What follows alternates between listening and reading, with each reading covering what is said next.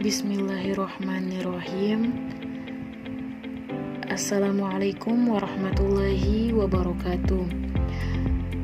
Perkenalkan, nama saya Zakia Sukmaranti Rabi dengan NIM G40121037 dari Prodi S1 Biologi.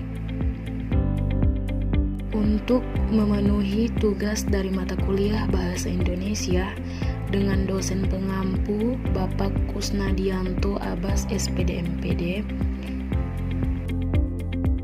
Dalam video kali ini, saya akan membahas materi tentang fungsi bahasa Indonesia sebagai alat ekspresi diri.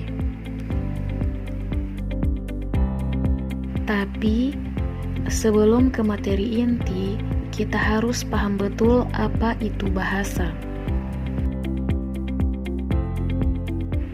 Bahasa adalah salah satu alat yang sering digunakan dalam berkomunikasi sehari-hari. Pada dasarnya, bahasa memiliki fungsi-fungsi tertentu yang digunakan berdasarkan kebutuhan seseorang. Dengan bahasa, manusia mampu beradaptasi dengan lingkungannya, berinteraksi dengan orang-orang di sekitarnya, bahkan dengan hewan sekalipun. Bahasa juga memerankan peran penting dalam kehidupan masyarakat. Bahasa mempunyai fungsi-fungsi tertentu yang digunakan berdasarkan kebutuhan seseorang. Salah satu fungsi bahasa yaitu sebagai alat untuk mengekspresikan dirinya. Dengan bahasa, kita mampu mengungkapkan gambaran, wujud, gagasan, dan perasaan. Bahasa sebagai alat ekspresi diri dan sebagai alat komunikasi sekaligus pula merupakan alat untuk menunjukkan identitas diri. Melalui bahasa, kita dapat menunjukkan sudut pandang kita, pemahaman kita atas suatu hal, asal-usul bangsa dan negara kita, pendidikan kita, bahkan sifat kita. Pada awalnya, bahasa digunakan pada anak hanya untuk mengekspresikan diri atau perasaannya pada sasaran yang tepat, dan sasaran awalnya adalah ayah dan ibunya. Namun, seiring perkembangan, semua itu telah berubah seiring menjadi dewasanya seseorang. Ketika sudah dewasa, maka seseorang akan menggunakan bahasa untuk mengekspresikan diri maupun untuk berkomunikasi dengan sesama.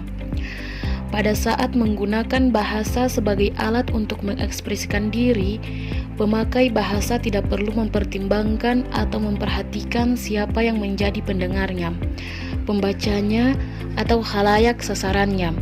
Ia menggunakan bahasa hanya untuk kepentingannya pribadi.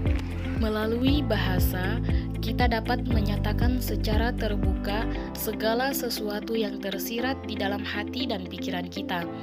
Dengan kata lain, sebagai sarana ekspresi diri yang digunakan dalam media untuk mencurahkan isi pikiran kita kepada orang lain. Sebagai contoh, berupa karya ilmiah, puisi, ataupun berupa cerita, novel, atau cerpen, sehingga kita dapat mempublikasikan pendapat kita terhadap sesuatu kepada orang lain.